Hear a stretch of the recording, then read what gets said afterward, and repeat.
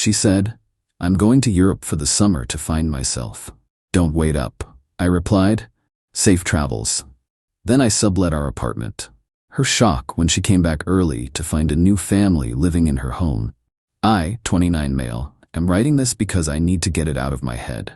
My brain has been running on a logic loop for the past month, and the emotional side is just starting to catch up. 3 months ago, my life with my girlfriend of 4 years, Isabel, 27, felt normal. We lived in a great one-bedroom apartment. The lease was solely in my name. I'd had the place before she moved in, and it was just easier to keep the paperwork as is since my income as a systems architect was stable and hers as a freelance illustrator was not. We never thought twice about it. We were happy, I thought. We even spent 6 months of weekends building a massive floor-to-ceiling walnut bookshelf and desk unit, a symbol of the life we were building. Then about 5 weeks ago, Isabel became distant. She sat me down one night with a strange, determined look. "Leo," she said, "I feel stuck. I don't know who I am outside of us." She announced she was going to Europe for the summer alone, to find herself, to sketch, travel, and have space. She was leaving in 2 weeks. The phrase that stuck with me was, "Don't wait up." It wasn't "I'll miss you." It was a dismissal. But what can you do? Arguing feels like you're trapping them. So I just said, "Okay, safe travels is."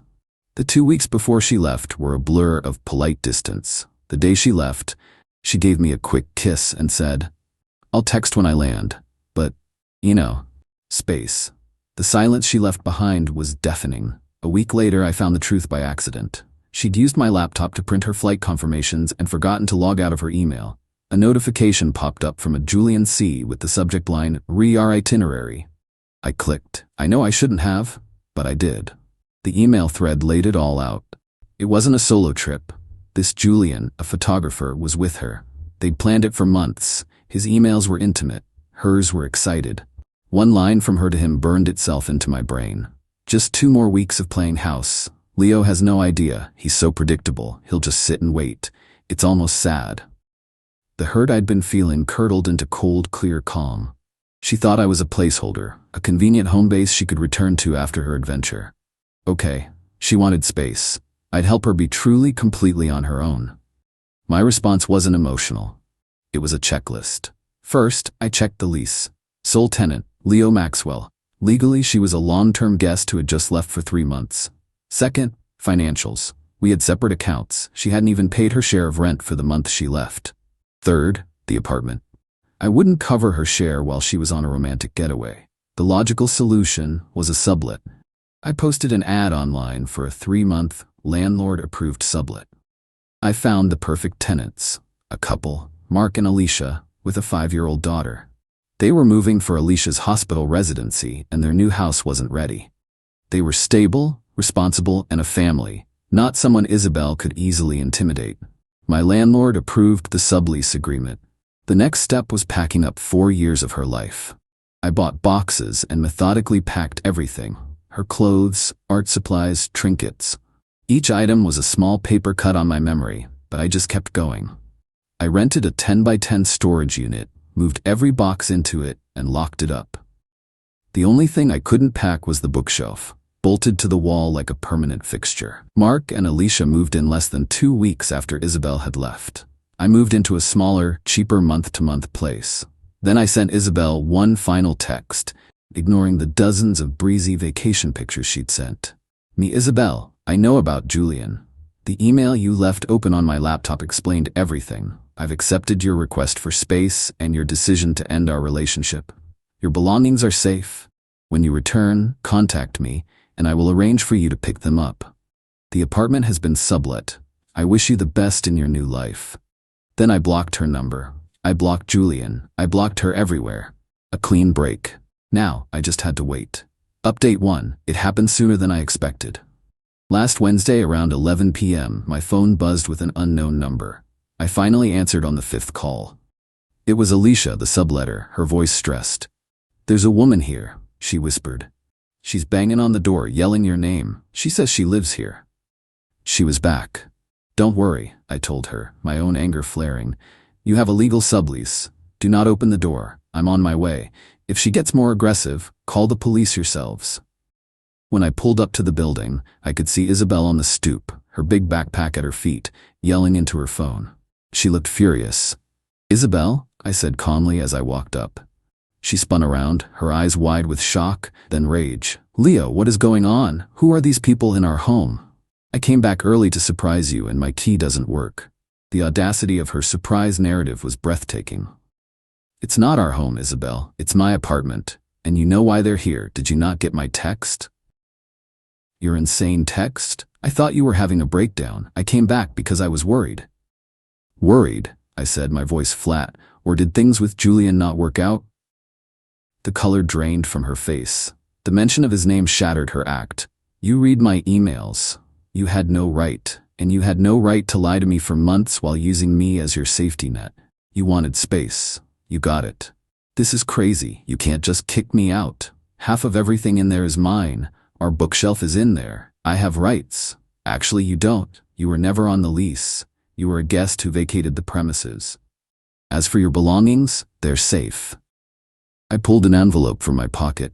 "Here is the key to your storage unit on Grove Street. I've paid for the first month." She stared at the key as if it were a snake. "A storage unit? You put my life in a box?" From inside, a child started to cry. Her shouting had scared Maya. That was it for me. "You are upsetting a child. This is over. Take the key and leave these people alone." "I am not going anywhere. I want my stuff now. I want my bookshelf." "If you are not off this property in 5 minutes," I said, my voice low and cold, "I will call the police and have you removed for trespassing." Mark, the husband, opened the door a crack. "Is everything handled? My wife is about to call about a public disturbance." That finally did it. The threat from a neutral party made her deflate. She snatched the envelope from my hand, glared at me with pure venom, and stormed off. "This isn't over," she spat. I stayed to apologize to Mark and Alicia, giving them a discount on their next month's rent.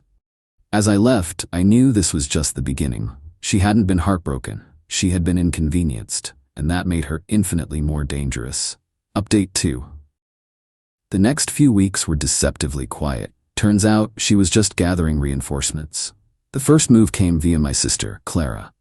I had the strangest call from Isabel's mom, Diane, Clara told me, her voice confused. She was crying, saying you'd thrown Isabel out for no reason after she had an emotional wobble in Europe. She said Isabel is catatonic with grief. The narrative was set. I was the monster. She was the sensitive artist. "Then," Clara continued, "she asked if I could convince you to let Isabel back in to retrieve the Berkshire unit." "The what?" "The big bookshelf thing. She called it a priceless piece of custom art that you're holding hostage out of spite." They'd given it a fancy name to lend it weight. I told Clara the bookshelf was a fixture and wasn't going anywhere. This was their new angle. Not just her stuff, but the one thing that was immovable, the one thing that symbolized our life together. A week later, a letter arrived from a law firm.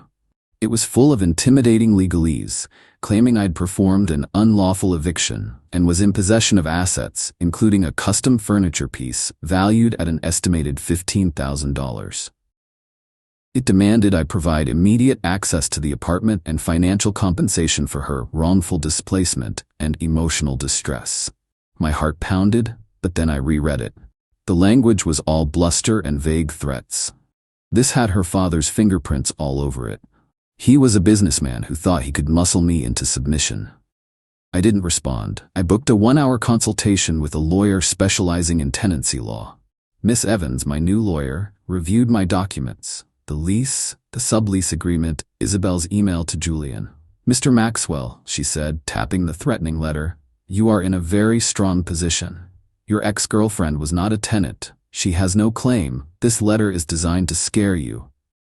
She confirmed the bookshelf was a fixture and their valuation was a fantasy. She drafted a brutally efficient response stating that Isabel was a guest who had vacated. Her portable belongings were available and the bookshelf was a fixture. It concluded by stating any further correspondence would be considered harassment. We sent the letter. The saber-rattling stopped for about 5 days. Their next move was the dirtiest. 2 police officers knocked on my door for a welfare check. Isabel's mother, Diane, had called them, reporting she was concerned for my erratic mental state and worried I might be a danger to myself. It was a vicious, calculated attempt to create an official record of me being unstable. I calmly explained the situation to the officers. This is a malicious and false report stemming from a contentious breakup, I told them. They understood, filed their report, and left. But I was shaking with rage. They had crossed a line, weaponizing public services against me. The time for passive defense was over. It was time to go on the offensive. I called Miss Evans again. They called the police on me. I said, I want this to stop, permanently. I think it's time we send them a bill, she replied. Final update. It's been almost a year since Isabel left. After the welfare check, Miss Evans and I put together a final package.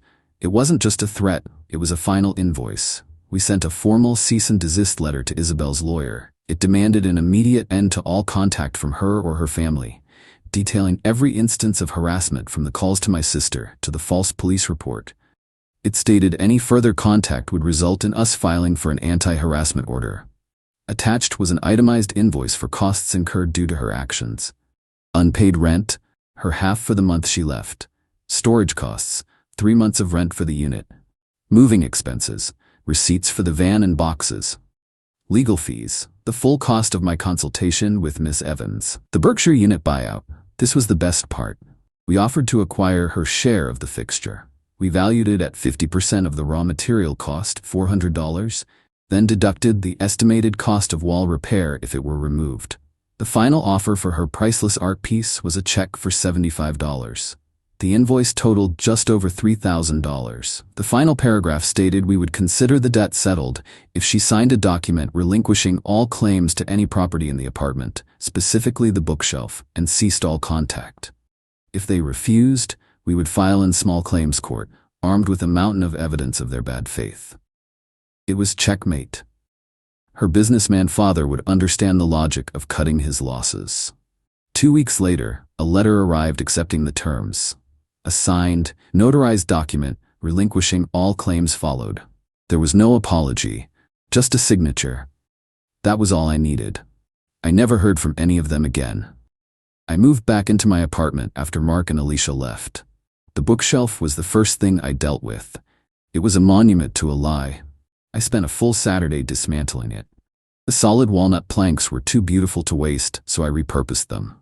Over the next few weekends, I built a new coffee table and floating shelves. I was transforming the symbol of our shared past into the foundations of my own future. I heard through the grapevine what happened to Isabel.